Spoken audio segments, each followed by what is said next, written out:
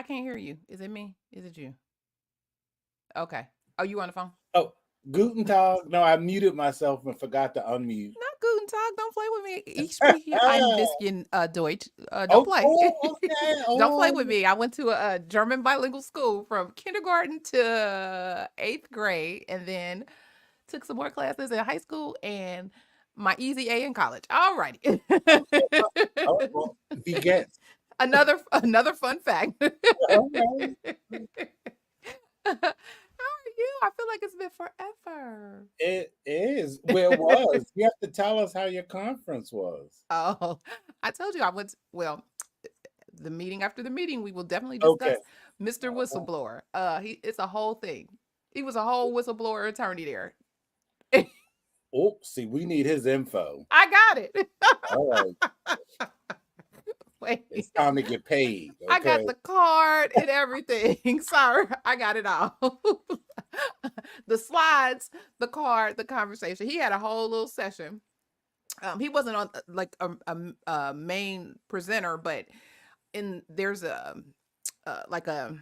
he was a exhibitor, and they have an exhibitor session in between the what is it, the breaks. So they had, in between the breakouts, there were break sessions, and so I don't know how you get it, but a handful of presenters were able to get on that exhibitor stage, and he was one of them, and very interesting. I can't wait because I got stuff for you. All I could do, I'm taking copious notes. All I can do is think about you. See. Well, and before we start, I'm loving the updo. Thank you. The way I had it before was allowing me to take it down and it be curly. So I took it down when I went, and then I put it in a little thing because I was trying to eat and it was in the way, and I was like, I can't eat, and this is a problem. So, well, thank you, appreciate you. All right. Let's see. Good morning, Carolyn, our newest Patreon tea sipper. Yes. So yes. Who's given us some additional things that we're gonna talk about in the meeting after the meeting. So I don't know. Sorry, I don't even know how. I got to get you into something where you can. I know how to do it. Never mind. I'll get you in. Because I think you were missing some stuff when I be posting stuff, and so I probably am. Yes. I think we're gonna have to get you. Good morning, Tanika. Good morning, Renita. Hey, everybody's coming in. Say hi, everybody. Let everybody know you were here. This is gonna be fun today. I already feel it in my spirit. All right. Well, let's get this party started. Welcome, everybody, to our Saturday morning tea, where we discuss health information, news, education, certification tips, key 10 whistleblowing, and entrepreneurship. And standing 10 toes down on we said what we said. That's the other thing. All right. It just all things revenue cycle at large. And so as you come in, don't forget to hit the thumbs up or like button. We would appreciate that. That helps us expand our reach and get into the eyeballs of folks who probably need to hear what we got to say, right? Right. All right. I'm Clarice Warner, the girl with the pearls, the founder and senior education director of the Professional Reimbursement Network, LLC, where coding education is key. PRN is a healthcare compliance consultancy located in Cincinnati, Ohio, that specializes in revenue cycle and regulatory compliance in education. Now, let me ask you, do you know what it takes to be a certified marketable medical coder? Do you? Well, even if you think you do, let me, before I introduce my co-host, let me share with you information on a free 99, yes, free email course on the 5 steps to become a certified marketable medical coder. Are you interested in medical coding, but not sure where to start and scared of wasting time and resources? Let me help you with the right steps to become a certified marketable medical coder. Learn more at bit.ly/5stepscoder. Hey, okay. So if you're interested in getting more information about the 5 steps to become a certified marketable medical coder, then check out and you weren't able to write down real quick the bit.ly link, check out the information in the video description. So today, joining me is my illustrious co host, Mr. Jesse, the registered trademark. Put some respect on his name, the coding nurse. Sir, introduce yourself and tell the folks all about you. Hooty hoo, everybody. My name is Jesse. I live in Philadelphia. I've been in healthcare for a mighty long time. It's been 30 years. And in 2014, I transitioned away from direct care into the health information management space. And in 2020, I created a company, the Coding Nurse LLC, where I help nurses and other people in healthcare with a clinical background transition into the wonderful world of HIM. And how is all of that going for you? It's going pretty well. Okay. I have some stuff for us also for the meeting after the meeting. But Uh I can share this. So I met okay. with Papa Smurf. So Oh, he was like, "Oh, I like your background." So because I finally started using this background when I meet with him. okay. So he was like, "Oh, I see your name in those little circles." I said, that's my logo, sir." Those little circles. Boy, y'all and your logo. Yeah. Oh my God. That is hilarious. So he's coming around, I guess. He's coming around. Yes. That is funny. I love it. Oh, goodness, goodness. I didn't get a chance. I haven't reached out to Smurfette again yet, but the other program that I'm in, I did reach out to her and we're going through QuickBooks, and so she's teaching me, giving me a whole QuickBook tutorial and education. Um, even though I have a desktop version, I guess they're not supporting the desktop version. You know, everybody want a subscription, and yeah, they're pushing everybody over into the subscription world. So um, Well, you'll have to share because I need to get with QuickBooks because I I I need to get better with my record keeping. I, sir, don't we all? Now, I use an Excel spreadsheet. I use my Excel spreadsheets, keep track of clients and students and all of the things. But this was just a way, I guess. Hopefully it will be seamless with taxes and all of that. And um, I know we're doing some things with government contracting, but also if I ever swing my hat over into grants and that kind of thing, which I'm interested in doing as well, you definitely would need to pull some documentation together, and so hopefully this will make those endeavors seamless. So I'm trying to Uh, prepare, get ready, so I don't have to get ready, stay ready, so I don't have to get ready. So I'm I don't understand. Well, I do understand what it is because when I had a job where I had to travel, we use Concur, we did too. and it's so easy. You could either do it on your phone or scan it, and you just do a little click and upload your document and put it Yep, under whatever category, yep. and you're done. And I'm sure QuickBooks is the They same, have but the I just same have to thing. sit down and do it. Yep, yep. And when it came to my job, like I did it because I wanted my per diem back. But Amen. Amen. so I just need to get with it. That's all. Yeah. Okay, let's see. Say good morning, Tamara. Good morning. Good morning. Okay, I think I got everybody. All right. So, before we jump in, let me remind some of you and inform others that you can join in and add to this conversation. So we bring the topics and we bring the information, and of course we give our spin and our take on it. But this is a conversation, so feel free to add in the comments. Don't be shy. Your opinion matters and is always welcomed here, either whether you with us or against us.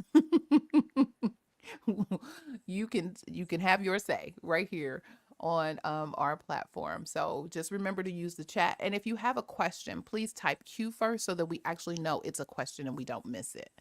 Um, Again, for those who are just joining us, or hello and welcome to those who may be watching the replay, today we are talking about Change Healthcare's hack, ransomware, data leaks, and patient care.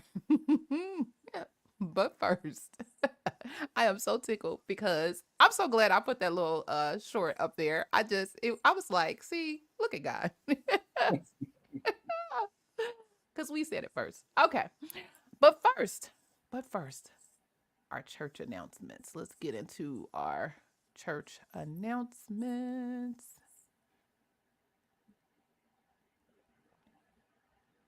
Oh, and I had to share. Oh, wait, let me play this first.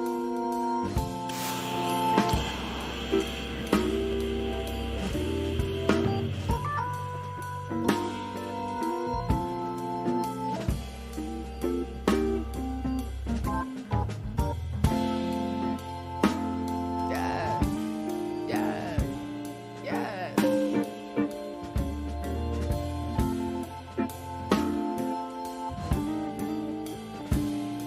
So while I was in Tennessee, there's a museum, the African American Music Museum. Oh, that's too low.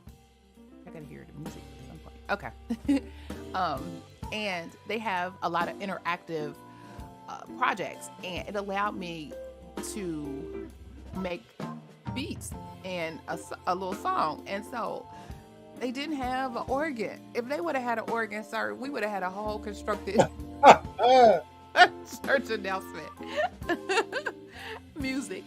But I did play with the other AI thing that I looked at the last time we talked. So I got some additional samples that I'll throw out to y'all so y'all can let me know what y'all think about those. Okay. Okay, so church announcement number 1. So we just came off of the Health Information Professionals Week, or HIP Week, and I wanted to share a little poem that somebody, they were anonymous, wrote about Ode to the Health Information Professional. In a world of data where records unfold, stand the guardians of charts, steadfast and bold. Health information professionals with keen eyes. They safeguard patient wellness where truth never dies. From medical history stored in files and code to databases vast where codes are stowed, they navigate labyrinths of medical lore where privacy and precision are the core. Anonymizing records, protecting our rights, their expertise shines in compliance's light. Interpreting jargon, translating the charts, they bridge the divide between science and hearts. Through audits and analytics, they draw out trends, informing decisions where health truly depends. They're the bedrock of healthcare's steep climb, ensuring wellness thrives in the course of all time. So here's to the health information crew, whose dedication and skill always shine through. In this realm of data where details are key, they safeguard our health with unwavering glee. Yes, I loved it. I loved it. I loved it. I said, well, somebody better sum up what we do in a poem. Loved it. So that's the Ode to the Health Information Professional. If anybody wants a copy of that, I can definitely show you where to go to get it. Or I can email it to you. Or I can post it in the meeting. I can post it in the Patreon. How about that? That's what I'll do. Post it in the Patreon so all my Patreon people can get it. All right. The second announcement I had. Oh, Mr. Jesse, did you have anything you wanted to add? No. Okay. The second piece of information. Ooh, okay. I see this person and I don't want to butcher your name. Welcome. Yes, welcome. Conte? I don't want to butcher the name, but welcome.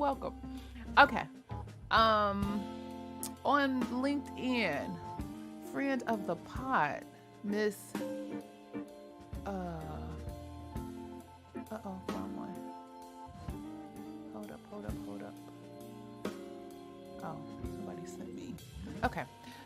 Miss Marciana Jones, who is a physician coding educator, um, wanted to give everybody a list of medical coding recruiters. So if you were looking for a job, she curated an entire list of, or a colleague of hers created and curated an entire list of medical recruiters. And they're from all over. There's some with risk adjustment opportunities. There's some with just your regular medical coding, some with auditing, some with billing, all over the place. So I will also copy this list and post it in our Patreon for all of my folks. And I mean, it's their direct information. So not only do you have their name, the organization that they're with, their email address, and phone number if you want to call them and get some information. And they're from all over. So it's about 1, 2, 3, 4, 5, 6, 7, 8, 9, 10. It's probably about 30 of these folks on here. So Oh wow. yeah. It's a whole thing. So I will definitely make sure that you all have that information. Mr. Jesse, did you have any church accounts? No, No? because I think what I have is better for the meeting after the meeting. Yes, sir. Yes, sir. Hey, Miss Vicky. Welcome. Okay. Good morning, Vicky. All right. Well, let's get to the, even though I'm still feeling that. Okay. Let's get to the getting. So, did we call it? That's all I got. Did we call it? Let's the tea spilling begin. Did we call it? Yes, we Did we call did. it? Now, for those who may not be aware, we talked about uh this change healthcare breach of information, ransom hack, all of the things. We talked about this. We talked about this in our last meeting where I think Mr. Jesse said, it's a little quiet. We heard a whole bunch of stuff early on and then we heard nothing. It went blank and it went silent. Well, lo and behold, this week, and I don't know if they was trying to be funny because they did it during Hip Week. I don't know if there is some connection in there. And let me just say this, because every time I read our title and stuff, we have nothing to do with it. Just because we called it, don't mean we know anything about these people and what's going on with those who hack change healthcare. We don't know them. We don't know them at all. But anyway, so first let's talk a little bit about the change healthcare hack and how it has affected patient care. So in Becker's Health IT, Giles Bruce wrote an article that talked about um, various. He questioned or did a poll from various folks, trying to get a pulse on what they how this affected them or impacted them financially. And it says, but then there are other examples of how I guess it's still considered technically financially if you look at it, um, but how it impacted not only the systems and not only the providers, but the patients as well. So it says they've gotten a lot of attention and they wanted to just talk about how the patients have been harmed as well. One, it has continued to interrupt patient care, not only from the um, uh, revenue cycle perspective, but patients are unable to get their prescriptions filled. Patients have been forced to pay out of pocket prices. Patients with complex conditions and costly medications like chemotherapy treatments are searching for a way to pay for their medications. And also the inability for patients to use medication coupons. So, Chime, which is the College of Healthcare Information Management Executives, did a survey of its membership, which includes chief information officers of healthcare systems and then other senior IT leaders, and just wanted to know how much of an impact did the Change cyber incident have on any patient care. 40% said it was somewhat impacted, 25% said moderately impacted, 15% said very significantly impacted, 13 said no impact, and 5% said extremely impacted. They said that these responses underscore the complex consequences of the incident, ranging from minor disruptions to critical delays and impact on patient care. Because patient care is at the heart of each of our members' core mission, even one member reporting that this incident impacted patient care is unacceptable. Um, and they are suggesting to protect patients from cyber attacks in the future, Congress should increase cybersecurity funding for small and under-resourced health systems, provide financial support to implement HHS's cyber performance goals, and ensure payers and third-party vendors share liability with healthcare providers after breaches. All right, Mr. Jesse, you want to comment on that one? Absolutely. Okay. I just think that with all that's going on, I really think that it should be public information how these breaches happen, because we need to start putting a name on it. Like, where was the leak? Mm-hmm. And because if people knew where the leaks were, then you can prevent it. It's too, it's they're not being completely transparent, and it's not helpful to anybody because these breaches are going to continue to occur until they really address the issue. And my spiny senses are saying it is because these people have outsourced, and not everybody has the same stringent cybersecurity rules, and it's easy, they find points of entry that are easy to access, and they do, and then they're in, and they wreak the havoc that they wreak. Mm. Yeah, this has been off the chain. So I got two more articles. Um, Let me see, make sure. Oh wait, there's a comment. She said, "Well, allegedly." So one of the articles said something about where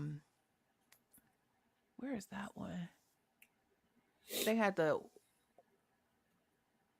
walk back. Well, I'll look at this one. So the first one says hackers. This is also in Becker's Health IT. Becker's was all over this. It said hackers leak Change Healthcare contracts and patient data. So, um, it said hackers leaked the contracts and patient records purportedly stolen in the Change Healthcare cyber attack. And this was reported from TechCrunch. This is also from Giles Bruce, and I also have more on what was said in the TechCrunch article as well. So it says a ransomware group, Ransom Hub, posted files on its dark web leak site on April 15th, comprising personal and protected health information on patients whose data was taken in the Change Healthcare attack, according to the story in TechCrunch. The files also included contracts and agreements between Change and its clients, and it marked the first time hackers have actually posted the data from the cyber attack. It says the Ransom Hub claims to have 4 terabytes of data pilfered from the United Health Group subsidiary and is demanding an undisclosed amount of money in return for not selling the information. Despite Change Healthcare reportedly, allegedly, already having paid another criminal gang $22 million in ransom. Change took IT systems offline after the cyber attack of February 21st, leading to a widespread claims processing delays across the US. They said they are working with law enforcement and outside experts to investigate claims posted online to understand the extent of potentially impacted data. Um, it says our investigation remains active and ongoing. Cybersecurity experts say that the quote double extortion, because now they're coming back, they done circled around and double back attempt shows the danger of forking over ransom to hackers. Remember, Change Healthcare reportedly paid off the Black Cat Alpha V ransomware group, which was supposedly the initial ringleader. And we'll talk a little bit more about that in the next Mm. article. But that gang disappeared. Why? While stiffing its affiliates that helped pull off the hack and still had the data. So the payment of a ransom doesn't guarantee the cyber criminal will decrypt a victim's files or reinstate access to their systems. This is that was from Darren Guccione, who is the co-founder and CEO of a cybersecurity firm. He says they are criminals, and as such, they cannot be trusted. And so the tech um, Crunch article by Zach Whitaker goes a little more into detail. He says that, again, the extortion group has published it, the new information. Um, they said different documents, including billing files, insurance records, and medical information, and also the contracts and agreements between Change Healthcare and its partners. Ransom Hub threatened to sell the data to the highest bidder unless Change Healthcare pays a ransom. Um, it says for Change Healthcare, there's another complication. This is the second group to demand a ransom payment to prevent the release of stolen patient data in as many months. Again, they're going on the quote about the spokesperson from United Health Group about the investigation being ongoing. Um, so the Russian-based ransomware gang called AlphaV took credit for the Change Healthcare data theft. Then in early March, AlphaV suddenly disappeared, along with a $22 million ransom payment that Change Healthcare allegedly paid to prevent the public release of public data. An affiliate, or an AlphaV affiliate, essentially a contractor who earns a commission on the cyber attacks they launched using the gang's malware, went public claiming to have carried out the data theft of Change Healthcare, but that the main AlphaV Black Cat crew sniffed them out of their portion of the ransom payment and vanished with the lot. The contractor said the millions of patients' data was still with them. So now Ransom Hub says we have the data and not AlphaV. Wired, which first reported the second group's extortion effort on Friday, cited Ransom Hub as saying it was associated with the affiliate that still had the data. United Health previously declined to say whether it paid the hackers ransom, nor did it say how much data was stolen in the cyber attack. They didn't say it for what I say, terabytes Mm-hmm. of information. The healthcare giant said in a statement on March 27 that it obtained a data set, quote, safe for us to access and analyze, end quote, which the company obtained in exchange for the ransom payment. Now, okay, I'm about to go in. Hold on. TechCrunch learned from a source within a knowledge of the ongoing incident.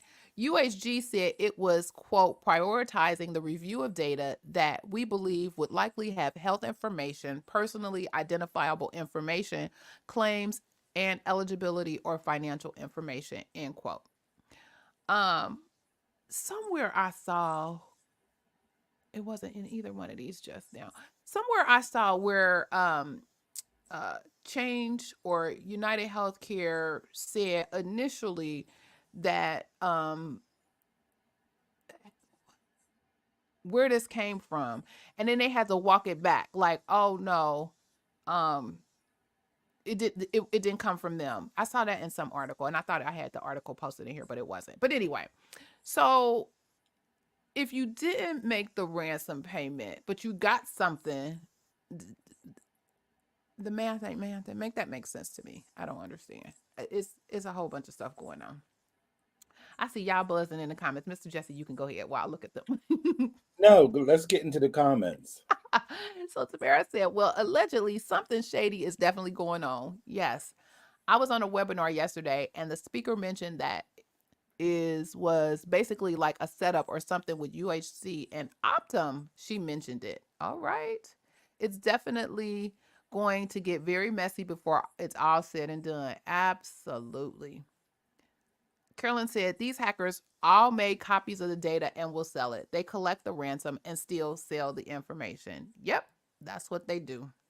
That's what they do. And so the thing was they told them not to. I think they were advised not to pay this ransom, but they thought they were going to do something anyway and be free and clear and got this little file. Everybody know. Everybody make backups and copies and stuff. Who don't? Everybody know. But Why didn't they?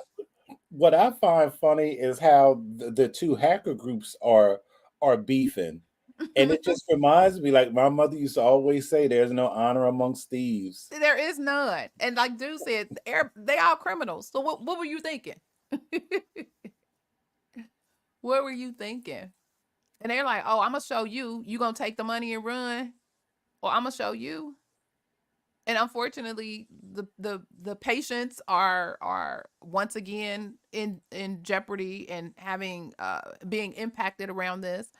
The providers are still in a lot of cases not getting reimbursed appropriately. The government has had to step in. Um, if they've had to step in and kind of put together some type of contingency in place in order for the folks to get paid. It's like an emergency. It's like what happens when there's a major disaster. They put together an emergency relief fund, and so they put together some sort of emergency relief to allow these providers to receive compensation for stuff they got. It's just a whole nasty mess. Carolyn said, I think that's a PR story. The hackers aren't beefing, they're celebrating together. Uh-oh. That's a whole other spin. Like, let's keep getting, if they paying, let's Let's get keep all getting, we can get. yeah, We're gonna that keep getting it. Hit them. look, Carolyn might be on to something. Carolyn might be on to something.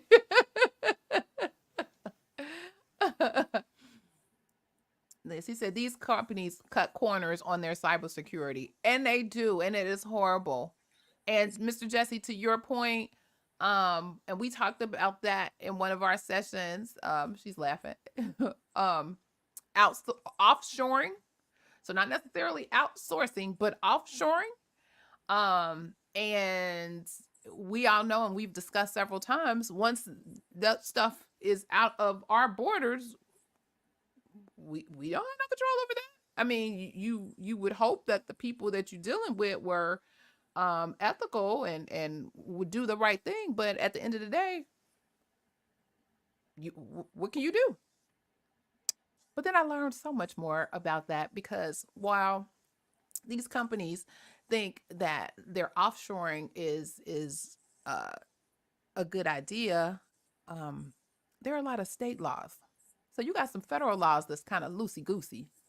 You got some state laws that say absolutely not. So I'm just waiting to see what the state's going to do with these businesses who are registered in these states who have very, very restrictive. We went through 14 cases of 14 states that are very restrictive. And it's like absolutely nothing. No IT, no, absolutely nothing can be offshore from these. And some of them were like, not only uh folks think, India or Middle Eastern countries. offshoring also includes Canada and Mexico, even though they are connected to the United States. They are offshoring as well. Um, it was a wonderful session. It really was. So I'm waiting to see what the states gonna do when they gonna pull their big guns out and shut all But this stuff down. I wonder. I'm sure, like, because there are certain medical hubs, and I'm sure those companies have probably a while. I would assume that they have looked into it before I hope they so. have their headquarters, because like the first state that comes to mind is Tennessee. There are a ton of healthcare organizations that are headquartered in Tennessee. Uh-huh. A whole bunch of them. So much so is that we did a service project down there, based on donations that they were getting from these healthcare organizations with equipment and stuff, which was good. It was a good time had by all. He said we are never prepared for anything until the bottom falls out. Absolutely. I think there's more to come. Um, I think they're just being made an example right now. I think others may need to tighten up. um, because just as easy as it was to get this information without the proper controls in place and monitoring and all of the things, um, there's another change healthcare in the making. But see, Change Healthcare kind of brought this on themselves, because not only do they have a lot of, in my opinion, unscrupulous practices. And for number one, like they don't they don't pay people appropriately. Oh And Lord, my tea is not hot enough. Yes, you sir. know Go ahead. and I just think the worst thing to do in anything medical coding related, HIM related, is to pay people per chart. I think that is a recipe for disaster, just in for all kinds of reasons. Because when people hire per chart, they hire anybody because they need bodies. Mm, And if if it's just, there's no incentive, because the incentive is, well, you'll be productive because you'll do XYZ. But these are the same people. They also don't provide equipment. You use your personal equipment. So if your Gmail downloads a virus, or some kind of, or malware, and you log in, whether you're in the VPN or not, you're in. And this is, I'm almost sure that that's how it happened.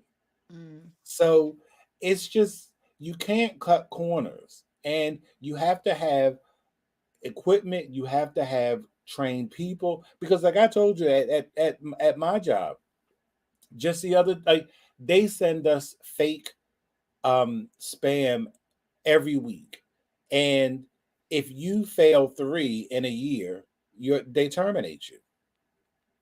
So there's not enough preemptive protection on the local end. You can have all these fancy firewalls and all that, but it's always the end user that that is the provides, one that's yeah, right, yeah, that provides the access. yep. So I'm not even a cybersecurity expert, but I know that much. I just don't, I don't get it. But, and then I also wanted to say that some was it Tamara who talked about Optum and United Health? Mm-hmm. Listen, can I tell you, Optum is trying to recoup some money, because me and Optum are battling. We are in the thick of it, Uh-oh. because I basically overpaid for the books for my contract next month. So they told me repeatedly it was 32 people. I paid for 32 ICD-10 CM and 32 ICD-10 PCS books.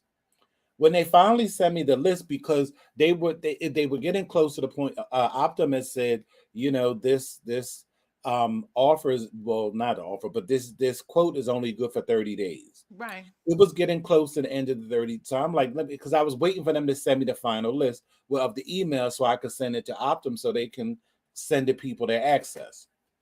So I go ahead and pay. When they finally send me the list, it's less people. So I try to contact Optum. And now mind you, I have both invoices.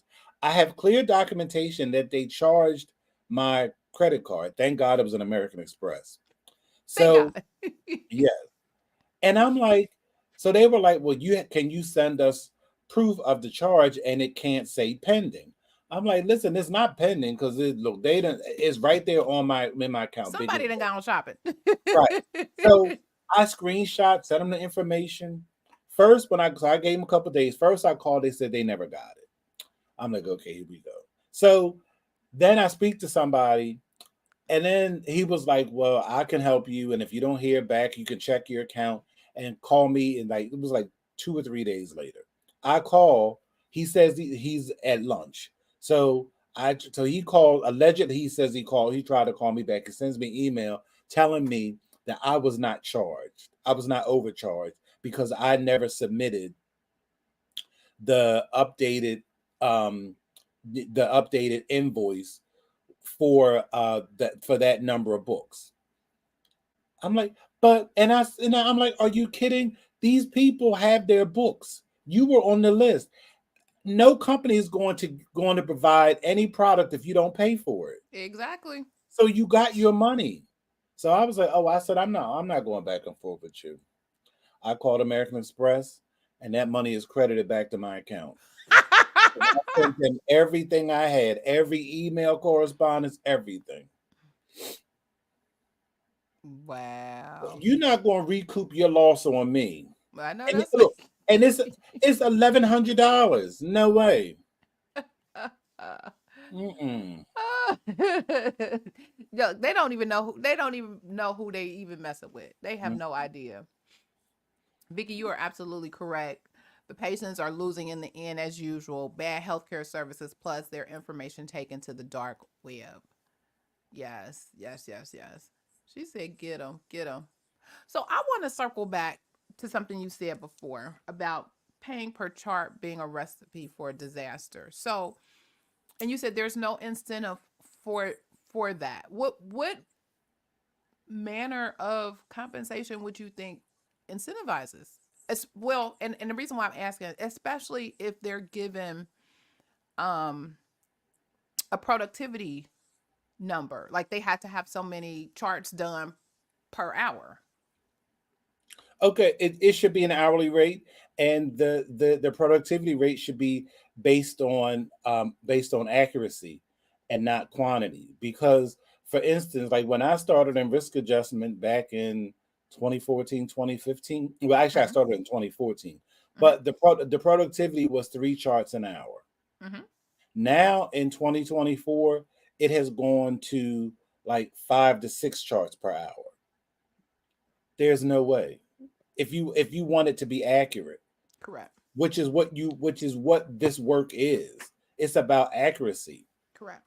And what happens is then people become, well, I have to make a certain amount. So whether the chart is coded correctly or not, they coded the chart. And then of course they do have productivity. I mean, they do have accuracy, like they'll get audited, but that doesn't really, because then what happens is then if you get rid of people, then you have this constant cycle of bringing people in, which they do. Which And is a mess because then it's exactly. yeah, good And then lord. it's just this constant opening yourself up to new people, new systems, and this is how it all gets started. Because I see it, because like the people who at my job, the people who are offshore, they get paid per chart, and their work reflects it. Like they don't read because they don't have time to read. Well, I, do the people on the states read? I mean, well, That ain't an offshoring problem. but better than them. I mean, because when I tell you, Like not guaranteed if they either code exactly what I coded, or they have something different, and it's always some foolishness. Mm. It's just the whole thing needs to be redone, and they need to. I understand that American healthcare is for profit. I get that, and there's enough money to be made legitimately, but now it's just greed, and all of this is because of greed. They want it all. Well, there were lots of discussions about um, some of these healthcare entities and organizations, and unfortunately, a lot of them have not rebounded from COVID. Um, some of them, rightfully so, to your point, the greed is there. Others, they just trying to rob Peter to pay Paul. They just trying to do whatever, trying to make what they can do, make that dime out of a nickel. It's it's a mess. It's a whole mess. Um, and you're absolutely right. There has to be some sort of way to uh revamp this, and I think we even talked about it. It may not even be in our lifetime, but somebody needs to take a stance and strategically figure out all the players, all the parties, everything that needs to happen, and pivot and adjust appropriately, because or it's because gonna be right now worse. because right now at the end of the day, everybody in healthcare is unhappy on all levels, in all departments. The only people who are happy are the shareholders, Mm, and there's something wrong with that. I'm happy with my little stock that I got. No, Jenny. You're absolutely correct. You're absolutely correct. Ah, yeah. And again, our patients, who is our primary customer, is getting the shaft into the stick. It's horrible. It's horrible. But as long as you have people, as long as you have organizations like Actis, like AHEMA, like AAPC, who have the power to influence and create change, as long as they continue to sit on the sideline and come up with these, cutesy rootsy, insignificant articles and insignificant initiatives, nothing's ever going to change. Oh my God, my tea is not hot enough. It's the truth. Like they don't do anything. Like they Their don't provide advocacy is any is value. They don't is have not good. not good, non-existent. Not for What their advocacy? members, not for their Exactly. profession. And not No. exactly not for their profession. They should be like this. No, none of this is how it needs to be. This is what you need to do. And they need to bring awareness, because if they have nationwide membership, Hmm. everybody has a senator, everybody has Congress people, everybody. She said, I'm surprised AAPC isn't charging us to log on to the website. Well, they That may do. be It's next. it's called membership. They do. You already pay for it. Oh Lord. Yeah. It's crazy. It's crazy out here in these healthcare streets. It really Um, is. And I know, like I know I do. I clown doctors every time I get a chance about this compassionate sacrifice. But honestly, I feel for them. I really do, I do because too. like I was talking at work, and I'm like, you know,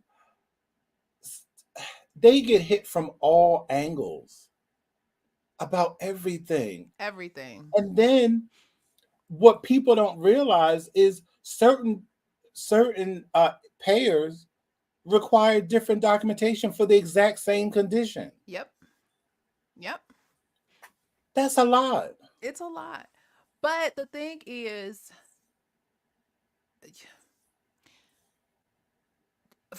one, trying to find the happy medium, staying the course with like your clinical indicators, or understanding what should be documented and being consistent in that documentation where you meet whomever.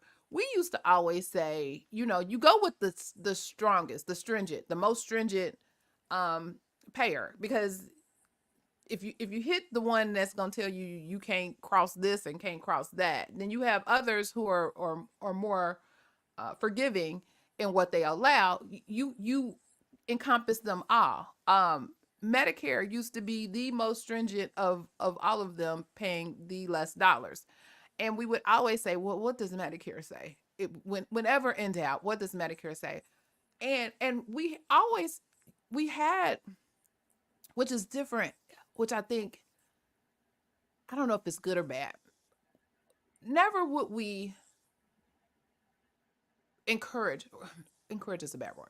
Never would we impress upon providers the insurance information. Do you take care of your patient?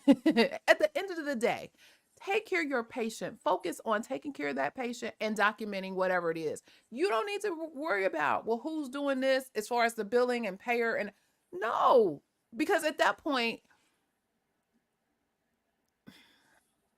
you thinking about the wrong thing. Your focus is on the wrong thing, and that could get messy.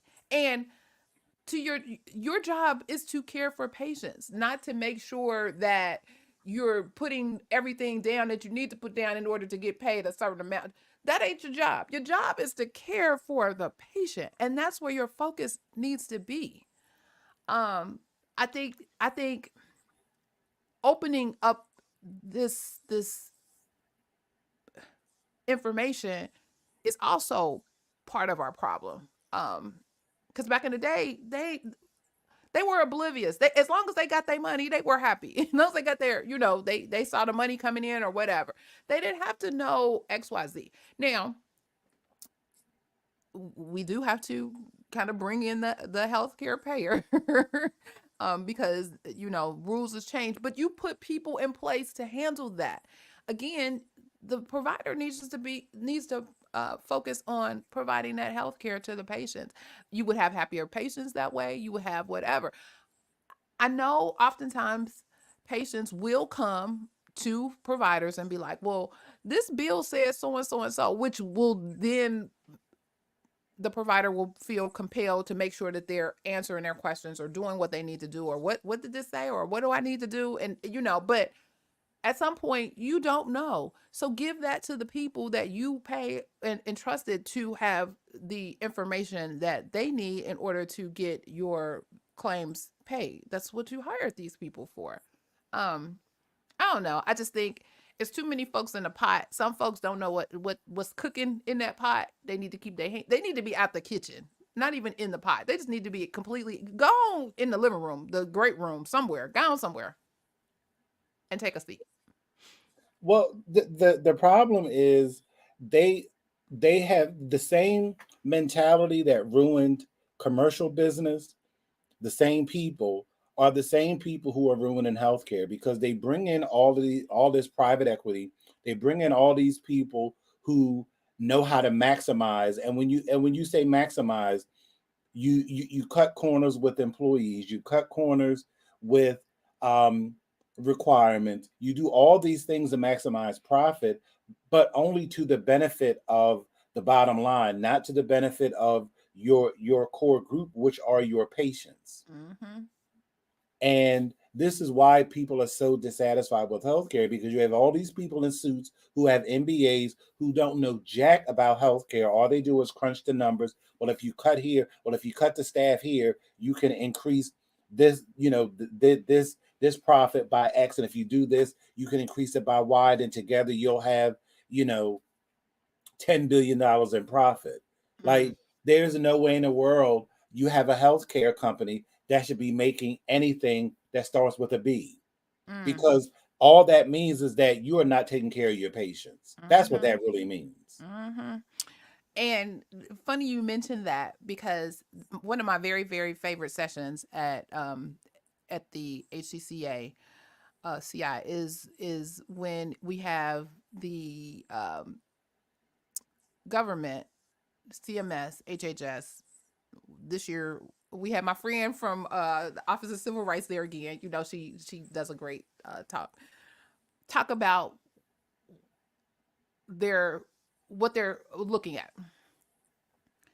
Two main hot topics. They even had tracks here to for folks was AI and private equity firms. And they about to pull the wool out from under all of this. And it's going to be very, very, very interesting. I mean, there was several sessions um that kind of looked at, particularly from a compliance perspective, you know, how do we get in this and make sure um what's being said or what's being done is accurate. um and and that folks understand the risks of some of these recommendations, um and all the things. So it's gonna be interesting to see how the government plays out and looking at, because apparently they're sprouting up like weeds out here in Mhm. these streets. Like every system has connected with some sort of private equity organization. So, and then they also talked about it was somebody else's. I have to look at that slide, but they were talking about billing specialists and consultants and all of this in the revenue cycle. I said, oh, everybody about to get it. If your stuff ain't right, you about to get it. You better make sure you know what you know what you know, and don't speak on it if you don't. So it's And gonna be very all of this says there's opportunity for entrepreneurs, say it. because I'm telling you, knowledge is king. Because there's a whole lot of people out here who purport to know things, but they really don't. And when Mm. you know, capitalize on it. And then I also want to say that, I'm not saying that there aren't any people in healthcare who aren't trying to do the right thing, and or even in HIM, who are not saying the right things. But we are in a culture where if you want to speak truth to power, you become the problem and they get rid of you. So they find the people who go along with the foolishness. And the Mm-hmm. people who don't, the people like me, the people like you, the people who know what should be, they get forced out. And this is why it is what it is. Because I think that personally, I think that the government should impose way harsher penalties on these companies when they do what they do. And I think that it should become criminal, and they should go. You shouldn't be able to pay your way out of Pay it. your way out. Yep. You need to pay, plus you need to be making license plates for a good 6 years. Right. Right. Ooh.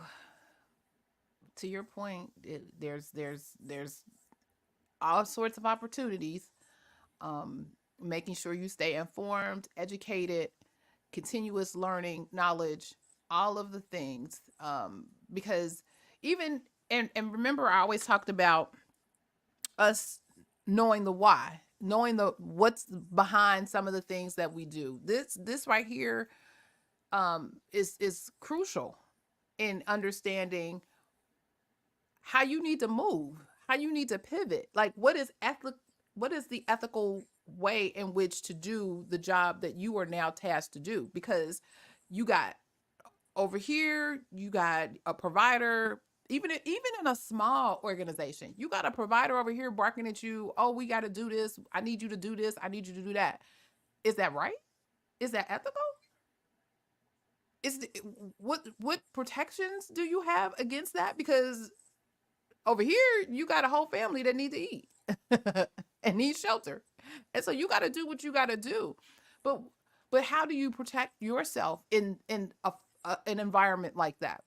Also, even in a larger organization, you know, you still have managers, directors, folks who will come at you with, well, this is what our policy states, and right, wrong, or indifferent, um, if that is their policy, and again you see something that is not jiving with how you have been taught to provide the services that you provide and your ethical standards and your ethical guidelines, then you need to also make sure you're having some documentation and documenting, supporting the reason why you did what you did, because they told me they had a policy and I had to follow this policy, da da da da da. And I spoke to so and so on such and such a date at such and such a time about da da da da da. Documentation is key to all of it, and making sure you have that. And don't leave your documentation there in the office. Take your documentation home. And no. If you need a copy there in the office, but make sure there's a copy somewhere else. I mean, you have to protect yourselves at all costs. Because again, as we've mentioned, they got these private equity firms coming in and saying, oh, well, wait a minute, they could do this better. So just get rid of all 20 of these folks and you could put 2, 3 for some oversight and let AI take over and do XYZ. You got all kinds of crazy foolishness that's happening out here. So you have to make sure that you're protecting yourself, you're staying informed, you're staying knowledgeable, and push come to shove, you're creating additional opportunities for because, yourself and others. because people are so worried about AI, and I think that it's too much hype. I think it's overkill, because when it comes to HIM, nobody has anything to worry about with AI. Because when I tell you what they want AI to do, they are a good 10, 15 years away. It's trash. Because when I tell you what AI is going to do, is going to increase the amount of money that CMS hits these people in their pockets for. That's what they're going to do. You're going to see overpayments go from 20 billion to like 40 To billion. trillions. It's because I'm telling you, it's not that girl that people think it is. No. She She missing some things. oh, She missing some things. she no, That grass ain't greener. she, she ain't ready to There's hit some the block. patches in there and some weeds. Yeah, she ain't ready to hit the block just yet. Put that golden mace skirt back up. You ain't ready for the beat. But people need to, and but people read and they they think, ready to pimp her out, but she ain't ready. oh no. She ain't ready. She needs a few more training courses. Oh, yes. Yes. Oh my She still God. got training wheels on. And they trying to make her a 10 speed. No. No. Oh my goodness. Oh my goodness. You see, once we get started, it's crazy. It's foolishness. Oh my God. Oh, definitely. Definitely. Mm-mm-mm. Wow. Okay, well, we are at the top of the hour. Um, I think this was a good session. Thank you all for joining the Saturday morning tea or checking out the replay. Let me ask you, was the tea spilled today? If the tea was spilled, put in a teacup in the comments. Put the teacups in the comments. And If am I missing something? Somebody? no, go ahead. Okay. Vicky said If that she's spicy today. Oh, it was spicy. All right. Uh-oh. Some of that chai tea. All right. That's one of my favorites. um, if this message was valuable for you, help us share this message with others by sharing the video, subscribing to the channel, liking it, all of the things to help us get this information out to the mass. Folks need to know this stuff. So be sure to follow us for more information on all things health information, compliance, revenue cycle, medical coding, entrepreneurship, all of the things. And as you leave, don't forget to hit the thumbs up or like button. Also, check out the Coding Nurse channel on YouTube, where he provides all kinds of gems as well. Again, this has been a great session today. Mr. Jesse, do you have any final closing thoughts or words? No, I just as always I enjoyed it, and what I enjoyed most today was I enjoyed the full engagement in the chat. Wasn't I'm they really glad. engaged? I Yeah, love it. Everybody talking. Look, I love yeah, our community. I swear I yeah. do. I love it. Again, thank you all for joining. And remember, be safe, be kind, and don't wish for it, work for it. Oh, I forgot to tell people the meeting after the meeting Yeah. at 10:15. It totally went my way. If you're interested in joining us in the meeting after the meeting and being part of the Tea Sippers Patreon, then check out the link in our description box. I can also show. See, I wasn't prepared, was I? No. There we go. Our Patreon, where you get insider tips, expert Q&A sessions. We have a full resource library where we have tangible documents that you can use and walk away with, templates, all of the things, also other exclusive content and networking opportunities. So, oh, tasty tea, piping hot, spicy. I love it. Yeah. um, so join us at 10:15 Eastern Standard Time, where we will get into the meeting after the meeting. All right, all right. So again, as I was saying, um, thank you all for joining. Be safe, be kind, and don't wish for it, work for it. Until next time, take care and talk to you soon. Everybody.